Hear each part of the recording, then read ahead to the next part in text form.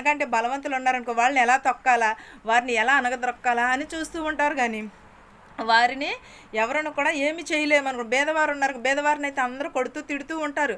అలాగే జ్ఞానవంతులను కూడా, ఒకవేళ తెలివైన మాటకారులను కూడా ఎవరినైనా సరే వారిని ఎలా అణగదొక్కాలి, ఎలా ఏం చేయాలి అని ఆలోచిస్తూ ఉంటారు తప్ప కానీ వారితో మనం సాంగత్యం చేస్తాము, వాళ్ళతో మనకి ఎందుకులే గొడవ అని అనుకోరు. పలుకుబడి మాటలతో నిర్ధారమైన మాటలు చాలా ఉండును, వాటి వలన నరునికేమీ లాభము. అంతే కదండి. ఎదుటివారిని మనం హింసించి, ఎదుటివారిని వెకిలి మాటలు వెకిలి చేష్టలతో మనం హింసిస్తే మనకి లాభం ఏమీ కూడా ఉండదు.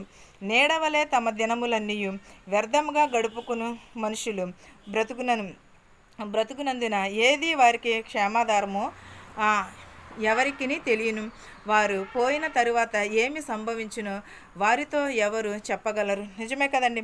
మనము ఇంత ధనము, ఇంత డబ్బుని, ఇంతనని మనం మాట్లాడిన మాటలు, మనము ఎదుటివారిని హింసించిన మాటలు, ఇవన్నీ కూడా మనకి ఏ దినమందు కూడా మనం ఏది కూడా గడపలేము.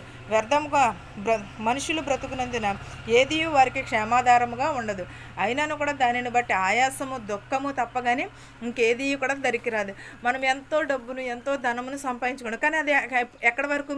ఈ లోకము వరకే, ఇక్కడ వరకే. కానీ దేవుని ఎదుట అవన్నీ పనికొస్తాయా? పనికి రావు కదా.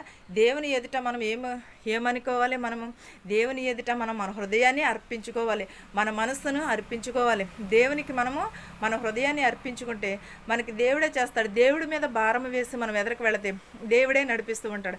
నేను సేవ చేస్తున్నానంటే నేను చాలా అవమానాలు ఎదుర్కొన్నాను, చాలా కష్టాలు ఎదుర్కొన్నాను, చాలా అనుభవించాను.